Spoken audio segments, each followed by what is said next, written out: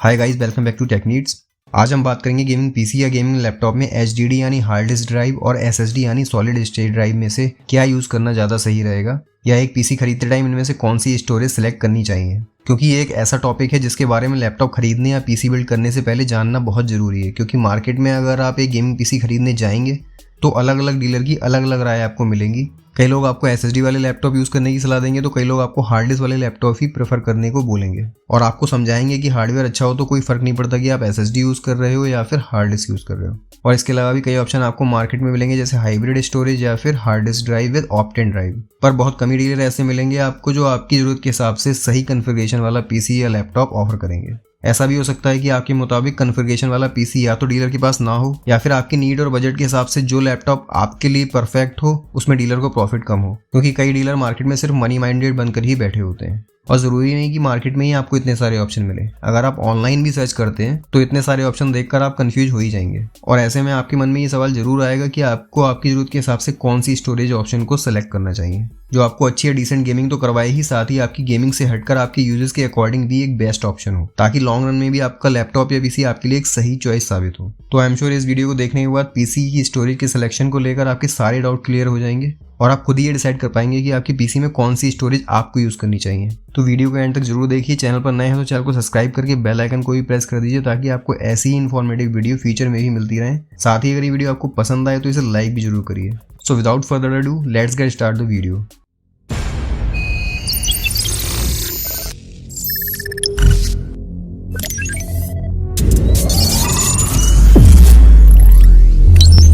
देखिए, मार्केट में बड़े सारे ऑप्शन हैं गेमिंग लैपटॉप और गेमिंग पीसी के। आपको अलग अलग बजट में अलग अलग कन्फिगरेशन वाले गेमिंग लैपटॉप मिल जाएंगे और ज़रूरी नहीं कि आप लैपटॉप के बारे में सोच रहे हो, गेमिंग डेस्कटॉप में भी स्टोरेज की इंपॉर्टेंस सेम ही रहती है। वैसे भी आपने आजकल ये जरूर सुना होगा कि कंप्यूटर की स्पीड बढ़ानी है तो उसमें SSD यूज़ करो। SSD यूज़ करने से आपका पीसी सुपर फास्ट हो जाएगा, इसकी परफॉर्मेंस इंक्रीज हो जाएगी, आप अपने पीसी पर सारे काम कर पाएंगे। हो सकता है इससे भी ज़्यादा तारीफें आपने SSD की सुनी हो, पर यह आधा ही सच है। अगर आप भी ये सोचते हैं कि पीसी में SSD यूज़ करेंगे तो आपको किसी भी हार्डवेयर जैसे प्रोसेसर, रैम, GPU पर खर्चा करने की कोई ज़रूरत नहीं है, या फिर एक हाई एंड पीसी वाली परफॉर्मेंस आप एक एवरेज कन्फिगरेशन वाले लैपटॉप या पीसी से निकाल लेंगे। तो मैं पहले ही कहूँगा कि आपको SSD से परफॉर्मेंस का क्या लिंक है और कितना लिंक है, इसका पूरा कॉन्सेप्ट एक बार समझ लेना चाहिए ताकि आपको पहले ही क्लियर हो सके कि SSD किन मायनों में ज़रूरी है और कहाँ पर ये परफॉर्मेंस बूस्ट प्रोवाइड करती है और कहाँ नहीं करती है। इसे और ज़्यादा डिटेल में समझाने के लिए मैंने पहले एक वीडियो बनाई हुई है जिसका सजेशन आपको टॉप राइट कॉर्नर पर दिख रहा है और इसका लिंक भी डिस्क्रिप्शन बॉक्स में आपको मिल जाएगा, वहाँ से आप इसे देख सकते हैं।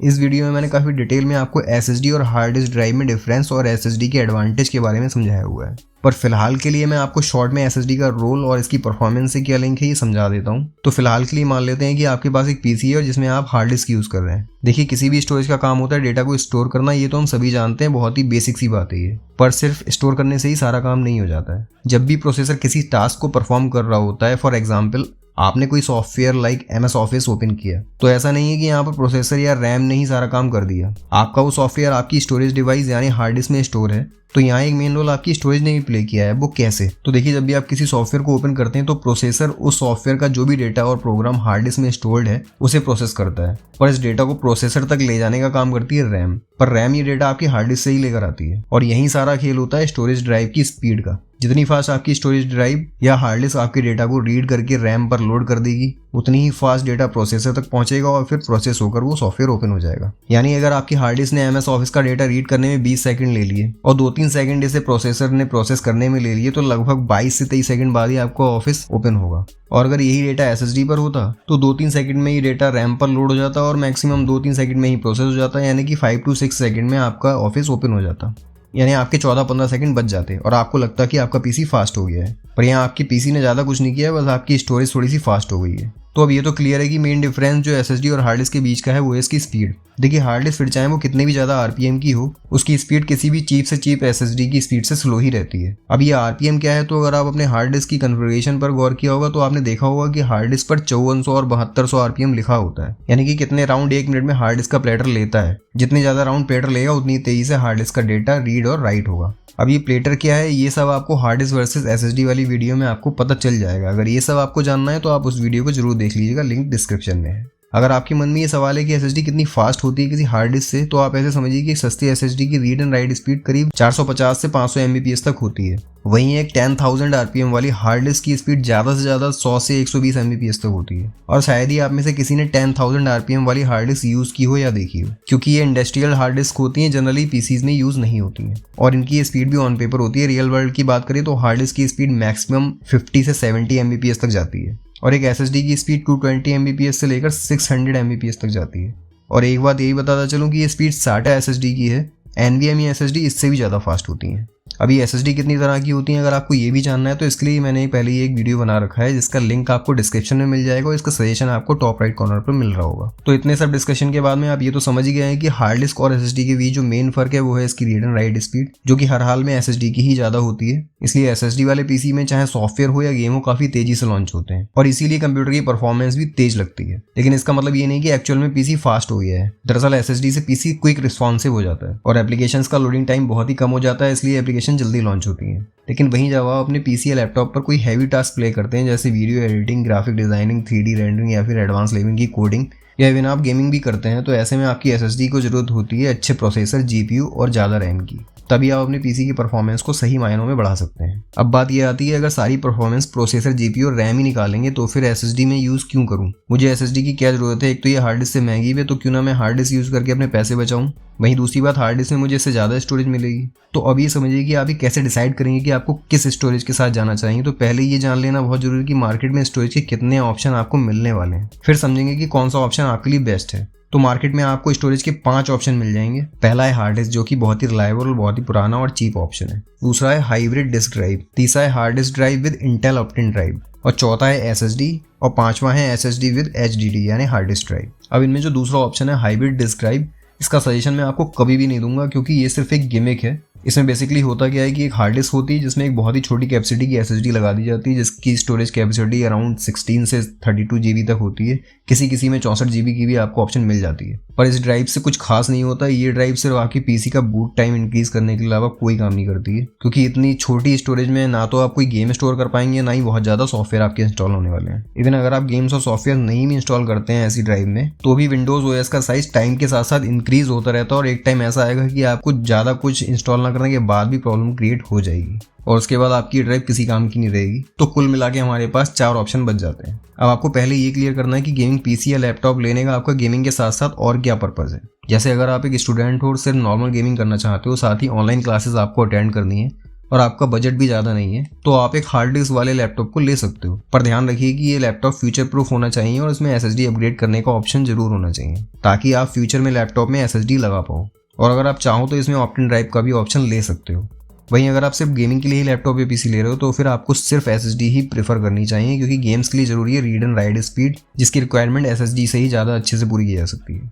और अगर आप मिड टू एडवांस लेवल की गेमिंग या स्ट्रीमिंग के लिए गेमिंग लैपटॉप या फिर PC बिल्ड करना चाह रहे हो, या फिर आप एक क्रिएटर और प्रोडक्टिविटी के लिए PC यूज़ करना चाह रहे हो और आपको अपने PC में काफ़ी सारी फाइल्स को भी स्टोर करके रखना है, चाहे वो वीडियोज़ हो या फोटोज़ हो या फिर पुराने प्रोजेक्ट हो, तो आपको SSD के साथ में हार्ड डिस्क का ऑप्शन सेलेक्ट करना चाहिए। इसमें आप SSD को अपनी प्राइमरी ड्राइव की तरह यूज़ कर सकते हैं, यानी SSD में आप अपने विंडोज़ OS सॉफ्टवेयर और गेम्स को इंस्टॉल कर सकते हैं, क्योंकि इन्हें fast read and right speed की रिक्वायरमेंट रहती है और बाकी बड़ी बड़ी फाइल्स जैसे वीडियोस, ओल्ड प्रोजेक्ट, फोटोज वगैरह हैं, इनको आप हार्ड डिस्क में स्टोर कर सकते हैं, क्योंकि इन फाइल्स को SSD की फास्ट स्पीड की कोई खास रिक्वायरमेंट नहीं रहती। अब अगला सवाल ये निकल कर आता है कि अगर SSD स्टोरेज ली जाए तो वो कितनी स्टोरेज कैपेसिटी वाली हो जो हमारी रिक्वायरमेंट को भी पूरा करती हो। ऐसा भी ना हो जो SSD हमने सेलेक्ट किया वो हमारे यूज एनवायरनमेंट में बहुत जल्दी फुल हो जाए। तो इसके लिए आपको फिर से अपनी प्राइमरी और सेकेंडरी पर्पस पर गौर करना पड़ेगा। तो अगर आप पहली कैटेगरी में आते हैं, यानी आप एक स्टूडेंट हैं और गेमिंग करते हैं और ऑनलाइन क्लासेस अटेंड करते हैं, तो या तो आप हार्ड डिस्क वाला लैपटॉप सेलेक्ट करेंगे जिसमें आपको कम से कम 1 TB की स्टोरेज तो मिल ही जाएगी। लेकिन अगर आप SSD वाला ही लैपटॉप लेना चाहते हैं ताकि शुरू से ही आपको क्विक रिस्पॉन्सिव PC मिले, तो आपको कम से कम 240 या 256 GB की स्टोरेज सेलेक्ट करनी चाहिए। वहीं अगर आप सिर्फ गेमिंग के लिए ही लैपटॉप को परचेज कर रहे हो तो आपको कम से कम 512 GB SSD को सिलेक्ट करना चाहिए,